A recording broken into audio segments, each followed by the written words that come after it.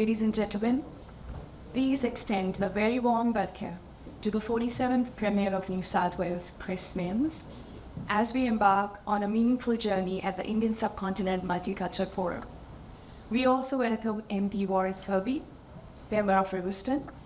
Warren is founder and co-chair of Parliamentary Friends of Kenya. Welcome. I'll be only asking 3 questions because of the time limit. I want you to interact more with the audience than me asking you questions. The first question, Premier, how has this role personally influenced the way you approach tasks and manage your family responsibility?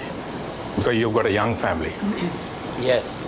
Well, thank you so much, Rajesh, and thank you for inviting me, and thanks everybody for taking time away from your busy lives, businesses and practices, and Warren's busy all the time, so it's good to see him as well. I really appreciate it. I think it's an opportunity to have a two-way dialogue to get our communities closer, for us to have a deeper understanding on the Indian subcontinent community in New South Wales, and also, hopefully, for us to explain some of our decisions. And when we get it right, celebrate that fact and double down on it, and where we need to do better, to hear it directly from the community. I love these forums, and I think that we should do more of them in politics.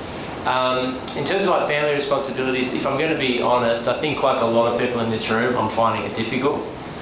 I do a lot of hours a week, and you need to do that when you're the Premier of New South Wales. I'm not whinging about it or complaining. I wanted the job, so I can't complain now. But if I'm being honest, a lot of the pressure and the burden falls on my wife. I shouldn't say burden. A lot of the responsibility falls on my wife. And yeah, you've got to make an effort. So we worked all weekend, Saturday, Sunday, came back to Sydney.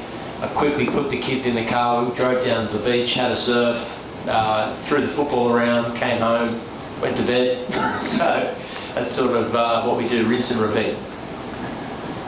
I think you look very fresh. The second is reflecting on the first 6 months in the office. Could you share some primary challenges your government has encountered? Especially, what would you identify the top 3 challenges, and could you elaborate on the strategies and action being taken by you? Yeah.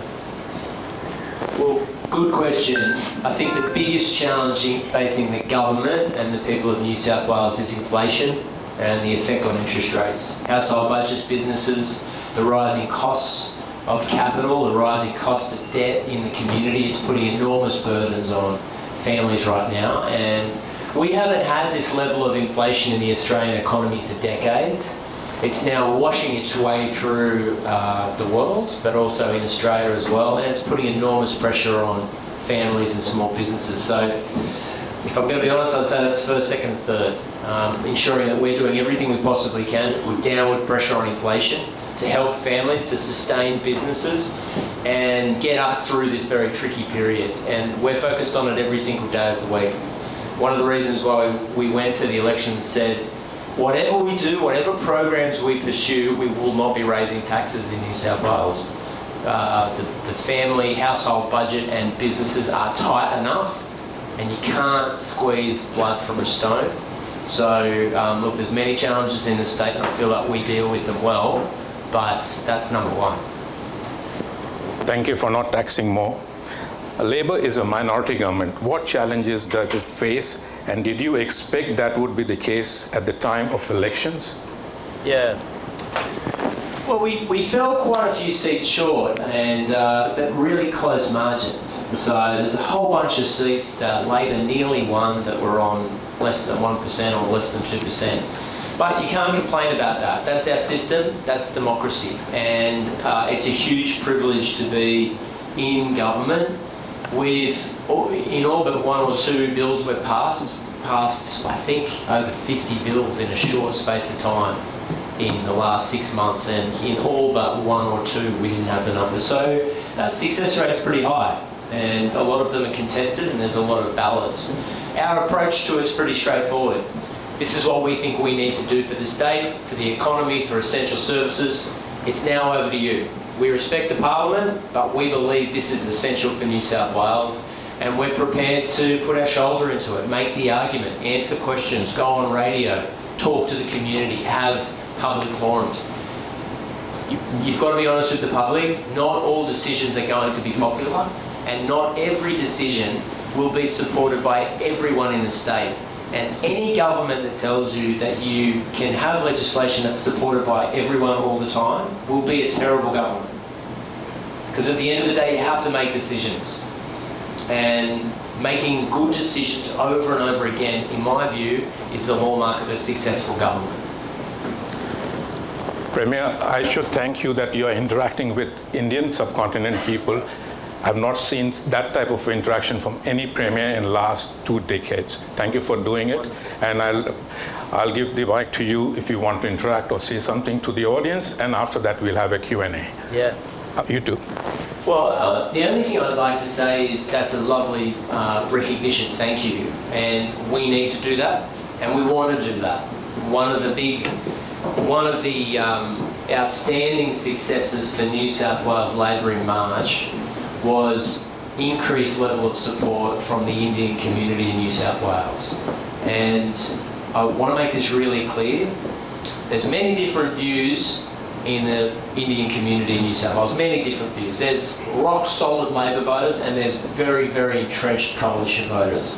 So this doesn't apply to everyone equally, but Warren and I were thrilled at the level of success we got from the Indian community in Sydney, and I want to make it very clear, we take absolutely nothing for granted, nothing.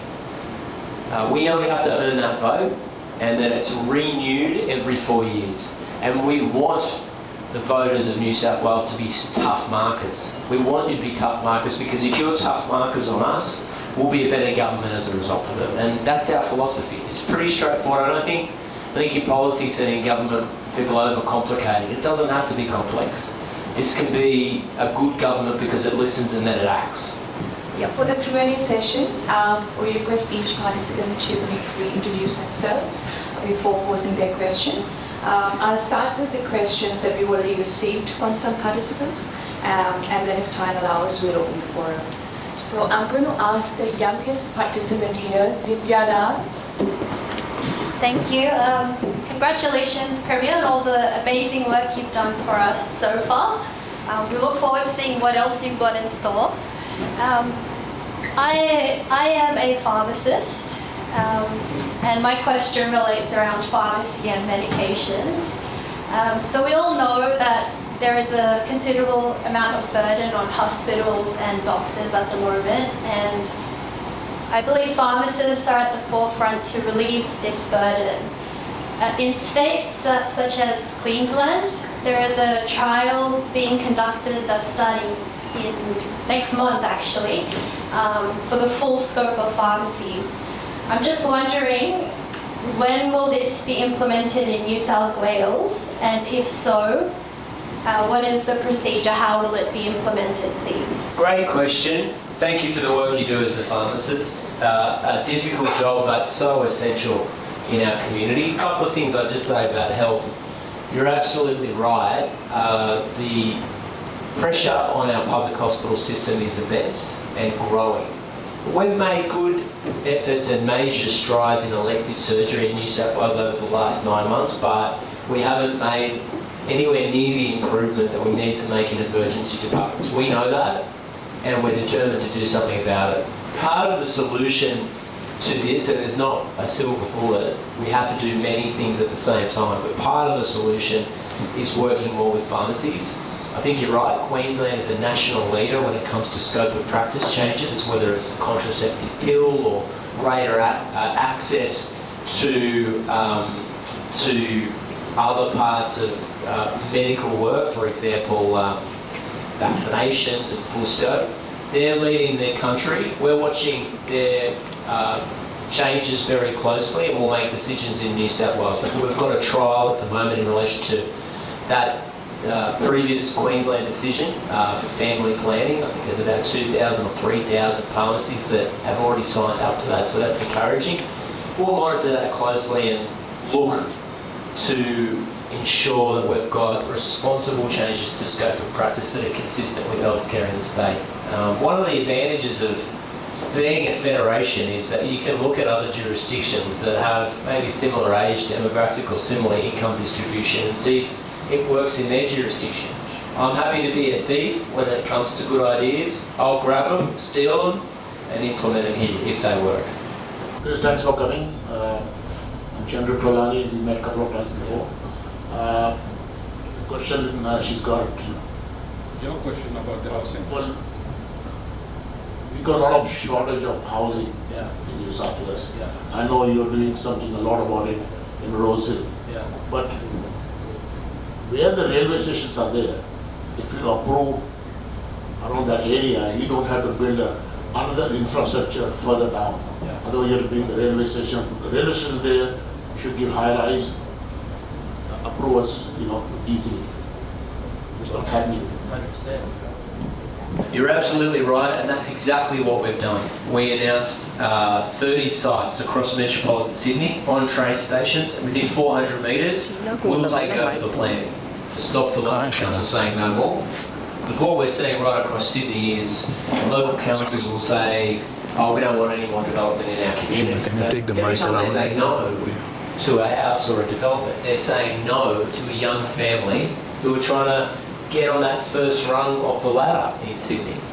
And when I was a young man, the question many people asked was, will I ever be able to afford to buy a place in New South Wales?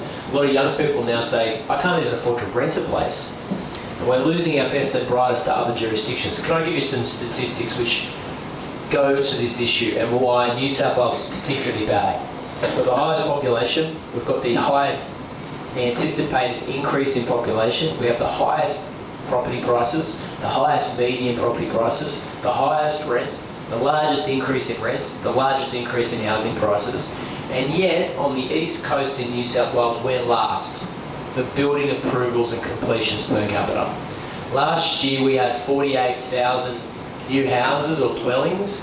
Victoria, with a smaller population, had 58,000. So we're letting our young people down, we're not saying yes enough. And that's one of the reasons why we made a big decision to work with the Australian First Club in relation to Rose Hill to kickstart it. Almost like a hard starter for an emergency department. To say we've got to turn this around. Because we're saying to young Australians, a lot of young Australians, you don't have a place to live in Sydney. We're not going to let you start your journey in this city. So we have to turn it around, and we've made some decisions that they've generated some controversy this morning, and the newspaper, some newspapers are reporting opposition to the plans, but in my view they are essential. And Sydney is not a small city, it's a major international metropolis, and our housing prices are exponentially growing, and we cannot look young people in the eye anymore and say, you don't have a place in this city. It's not fair to them. Welcome to the forum. Wish you a Merry Christmas and a Happy New Year to you and your team. My question is, I'm in logistics for the last 32 years since John's 27 years ago my own. What I found of is this: when you talk about inflation starts with supply chain. Inflation starts with supply chain. And I have figured out that after the ports have become privatized, the cost of operations in the port was exponentially gone high. Now, to give you an understanding of this, when I started my career in 1992 here, a particular container, port charges would be $240. Transportation charges would be $380. There's $620 to deliver within 50 kilometers radius. Now it is $2,100. The promise of taking away the ports from the country and giving to privatization, they promise three things: one, efficiency; two, cost; two, performance. In all the three, we have failed. We had 80,000 laborers, and now we have got 10% of them. And the money goes to TPP World, which is Dubai, or Packways, which is owned most probably by Japanese, and SESPL owned by Hong Kong based. Now, we drift all our money outside, and this is the common man who paid $1.60 per kilo of rice, paying $2.75. again, to say that, oh, we are controlling inflation, what actions are being taken? Yeah. Well, look, a couple of things in relation to inflation. It's devilish in the economy, it's terrible. And one of the most frustrating parts of it is that unlike in a recession, when government can make an intervention in the economy, prop up a business, jump into an industry, have income support, for example, to sustain parts of jobs and creation of businesses, when you do that in a high inflation environment, you add to the problem because you're stimulating the economy at the exact wrong time. So we're being responsible with our spending. We are ensuring that we're living within our means and we're not adding to the Commonwealth and Reserve Bank's problem when it comes to inflation, because it's ruinous for the economy in the long run. In relation to privatisation, I completely agree with you. And it's not just happening in the ports. I don't like to get too political because there's enough time for politics, but I have to say that the previous government's decision to privatise not just the ports, but the ports, electricity and energy and toll roads, the big losers as a result of that decision were businesses. Other businesses, a lot of small and medium-sized enterprises, and there's a couple of reasons for that. They're monopolies, effectively, and they're essential infrastructure. And more often than not, other countries' sovereign wealth funds are buying our infrastructure. So we are privatising government assets and they're being bought up by other country national governments in some instances. It's a silly decision. We're doing our best, whether it's a toll cap on the tolls, whether it's a process to unwind the port deals, in particular legislation that was passed in the Parliament last year in relation to the Newcastle port. But it's hard. Once they're sold off, it's very difficult. So we've ruled a line in the sand and said critical infrastructure for New South Wales must remain in government hands. And I think it's been a mistake to sell it off. Now, selling off government assets at that scale feels good for a little while. Why? Because you get a big upfront check. As soon as that money's spent, you're behind. And you're behind forever. Because the asset's gone, the income stream's gone, and now it's owned by a private company. And what I can promise you is we will make decisions not just in terms of the government's bottom line and budget position, but also businesses and how they're operating in New South Wales. We want to be a magnet for new businesses and entrepreneurs in the state. Premier, welcome. Thank you once again for trying to make the diaspora. Premier, my question is around IT. The Treasurer, the current Treasurer, Dan Multimeter, put some advance about IT and the way it was managed, and so and rightly so. Yeah. But he's going to be quiet since then. I know he's got a lot to do, but businesses are hurting with the premiums they're paying, the cost of claims and mismanagement, and you talk about privatisation. Perhaps that's one that should go back to privatisation. It's not being handled well. It's a big burden on the financial of the state.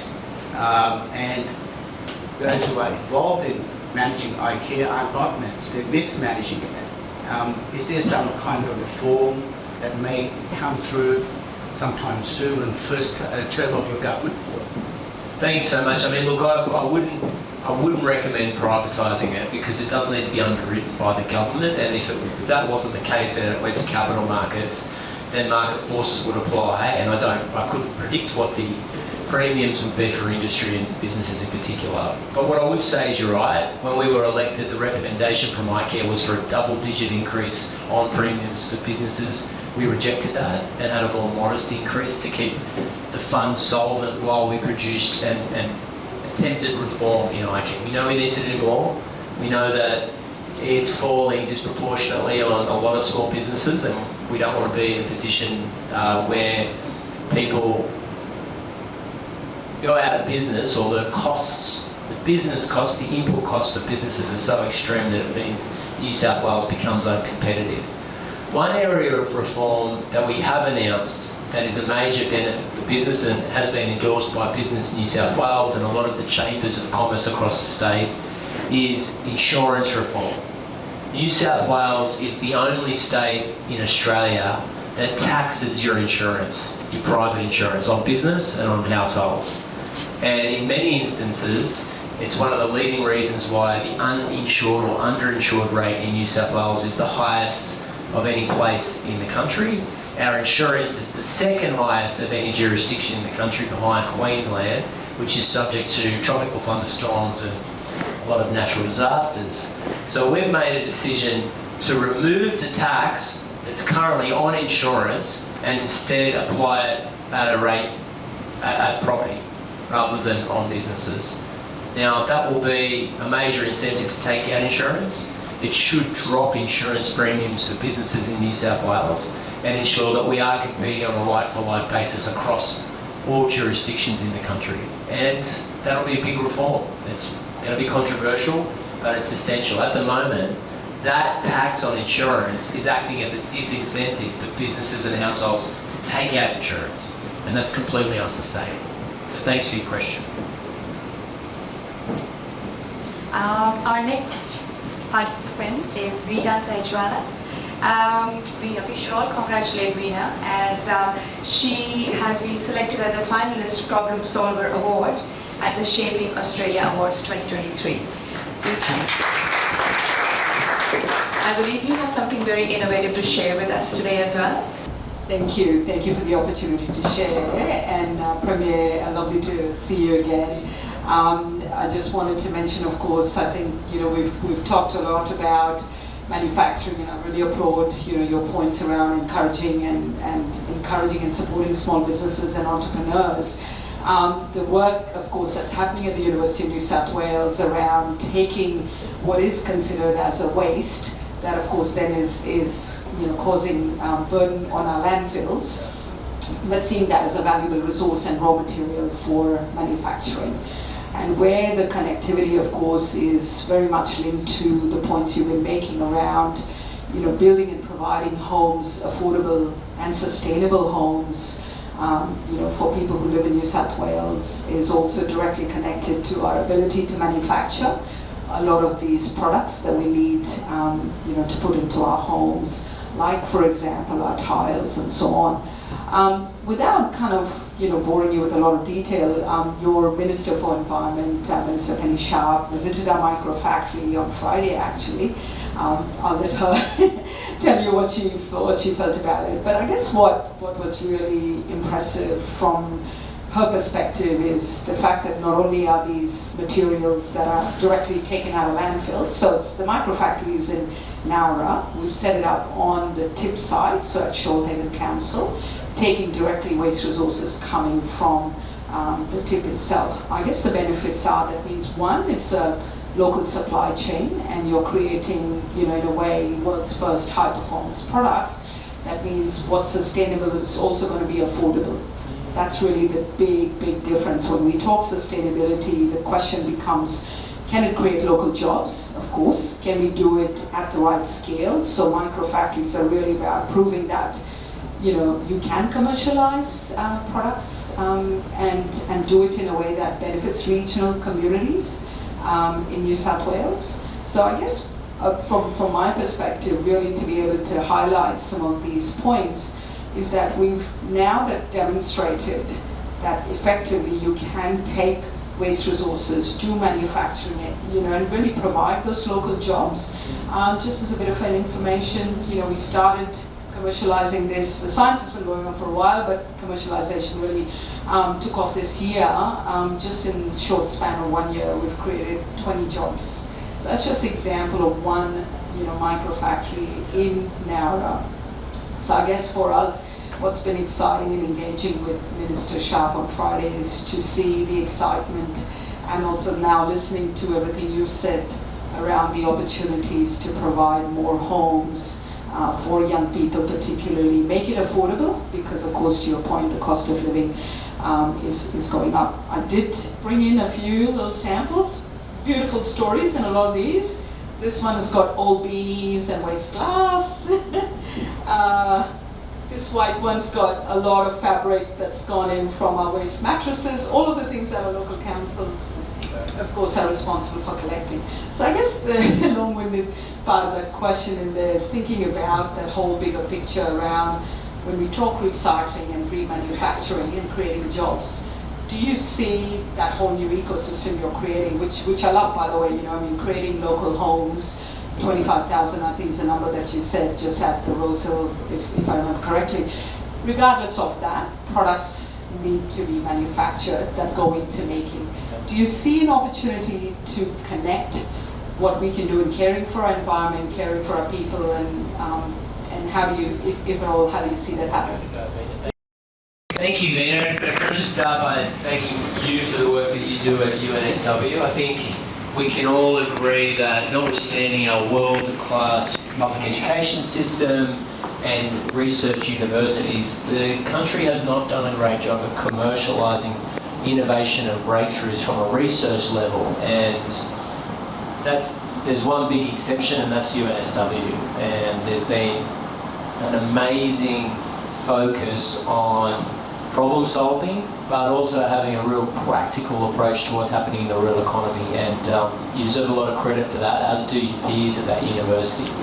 I think the whole state and country can learn more from that. This is, if you look globally, economies that derive a lot of wealth and drive a lot of exports as a result of natural resources historically have not done as good a job as they could when it comes to research and development and commercialisation, and we've got to do better.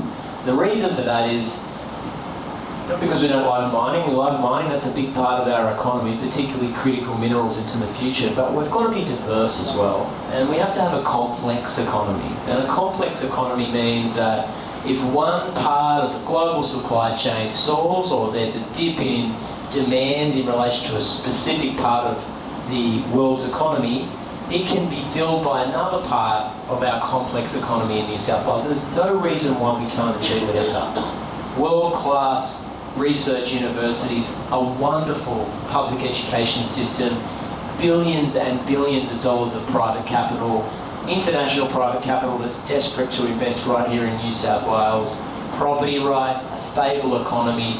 And I think most Australians still believe, regardless of our differences, that we each have more in common with each other than we do differences. Now you put all of those together and stack them on top of one another, and that is a powerful international story, not just for our economy, but our community. And as a result of that, I think the sky's the limit. I genuinely do. In relation to your specific question, I think the real opportunity for that is the government's decision to have a patent book when it comes to new housing designs. We've announced an international competition to have architects from around the world come to Sydney and design a standard, if you like, unit block and terrace house. And the reason for that is, for a builder that wants to make the jump from freestanding houses to apartment building, then there'll be a standard design for them to grab and apply at scale. And that's a great opportunity for recycled goods to be part of that product stream, if you like. And I think that could be really exciting for New South Wales. Julia, and good to see you again. So basically, this question is with a dual hat on. Yes. One as a business owner, obviously, and the second being heavily involved in the bilateral business space with India and Australia. My question to you, which I have actually asked a couple of more, previously some more premiers, and I have to say I haven't received very satisfactory answers to it. Not putting you on the block, but I'd really like to hear from you. How would you attract businesses, international businesses to New South Wales? And what sort of incentives would you provide to these businesses to come to New South Wales? Now, obviously, based in New South Wales, I'm very keen to see how we can get New South Wales literally in the front block, as it were, as a first front runner to be considered for any businesses that are coming either from India or anywhere else to come first to NSW before they consider Victoria or Queensland or any other state. Yep. Over to you, Premier. Thank you. Well, a good question, a difficult one to answer. It's not possible to offer globalised incentives. It really has to be done on an industry basis or a particular foreign investment opportunity. generally speaking, in terms of capital markets and investment opportunities, since I've become Premier, I've had people from Korea, Japan, Germany, a big interest from Central Europe, a big interest from increasingly the United States, and also major delegations from the subcontinent, in particular India. So there's more than enough interest in foreign investment for New South Wales, more than we can probably handle, if I'm going to be honest. And that goes to everything from critical minerals, to existing mining tenements and leases, to education, to tourism, to services and fintech and emerging technologies. What we need to do better is explain the enormous change in New South Wales, particularly in the last 10 years. The fastest growing community in this state is the Indian subcontinent community. And we're talking about a group of people who love their country, who are highly educated, who are particularly motivated, particularly in areas of commerce and industry, and are disproportionately overrepresented when it comes to entrepreneurs. So we've got a giant diaspora that is multilingual, that has access to one of the greatest and largest and fastest growing economies in the world. And frankly, I don't think we do a good enough job of exploring those people-to-people, business-to-business opportunities. Because that's a huge advantage for New South Wales, a massive advantage. If we can get that right and say to our community in New South Wales, we want you to do business here and in the subcontinent and all around the world, but establish your business right here, then you'll see self-perpetuating growth that's driven by young Australian kids that have an Indian heritage. It's a massive opportunity for New South Wales. And I think I've got to do a better job of explaining those advantages and then saying to a young person that maybe lives in Western Sydney that has Indian heritage, we want you to back yourself. We want you to start a business. We want you to potentially borrow some capital or work hard and get your own capital and invest in yourself, because the benefits for New South Wales and Australia are limitless if we get it right. We have time for one last question from Uri Vajrani. You already answered part of it. My question was about development. You are doing everything peace development. That's excellent thing you have done. Bruce Bear, Jean. You are revisiting, which is an excellent thing, and your view on mainly corridors are observing that shows relation to other stations. I do have some attention holding badly, so what you do and learning is just with that. No, the part of Waterloo they have ignored the last time, the council ignored. I do more into that part and repeat self-developments, Heath Square and the metro, coming up metro. The same goes to the city to Ramadai right at the station. And you get right on. Yeah. It's difficult for me to comment about the specific one, other than to say, of course, we want to work with builders and developers and bringing onto the market world-class quality developments, which we know developers and builders in New South Wales want to bring to market, and doing it in a way where it's located on public transport infrastructure. And really, we want to work with you on that. We want to work with you on that, and we think it's important for the state. One of the key changes I think that we've been able to as a government to articulate, Warren and me and my peers, Daniel Mookie, the Treasurer, and Brew Carr, the Deputy Premier of New South Wales, has been to say for the first time, if we say no to builders and developers, and if we just keep telling them no, well, where are people going to live? And trying to bring that to the forefront of the debate so that we can have some common sense decisions when it comes to completions of buildings. And you know, those statistics merely that I mentioned about Queensland and Victoria, they're damning on New South Wales. We've got the biggest economy, we've got the biggest population, and yet we're last when it comes to housing costs. So You might have a business that's not in construction, and it may not be in development, but I guarantee you, you've got a labour shortage problem at the moment. I guarantee you. And who could criticise a young person in particular when you consider how difficult it is to live and work in Sydney? So how can you help me and how can you help the state? Quite genuinely, you're going to read in the newspaper and you're going to see some politicians, some of them might be on my team and some of them might be on the other side's team, who say we don't want development, or there's too much development going ahead, or the government's plans for infill are wrong. Challenge them.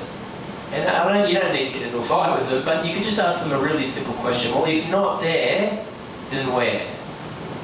And if they come back to you and they say, well, nowhere, well, you've got your answer. Because that's not a solution for Sydney. And it's not fair for Sydney either.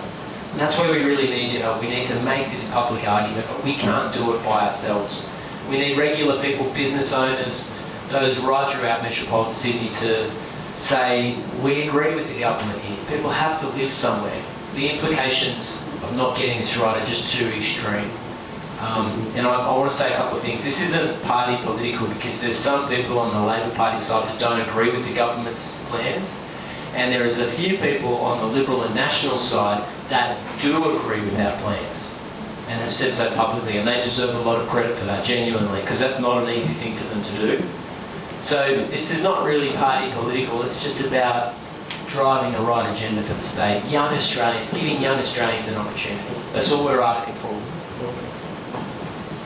Thank you. And lastly, we extend our appreciation to Nihal Bar for very graciously hosting this forum. Thank you very much for having last 3 successful years behind them.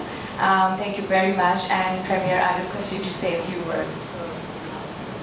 Thank you, Nihal Bar, and thanks to everybody for coming in today. I've really enjoyed this. I think we should do it. If you're free, we should do it more often. I know you're all busier than I am, but I really enjoy the exchange. I think we'll be a better government for it because we can hear firsthand what people are saying. And it's all out in the open. It's being recorded. People can look at it. They can hold the government to account. But I can also explain what the challenges are and why we've made different decisions. So this is what good politics is all about. That's why Australia is such a wonderful country, because we can hold events like this, talk about the future and do it in a constructive, friendly way. So I genuinely appreciate the opportunity. Thank you.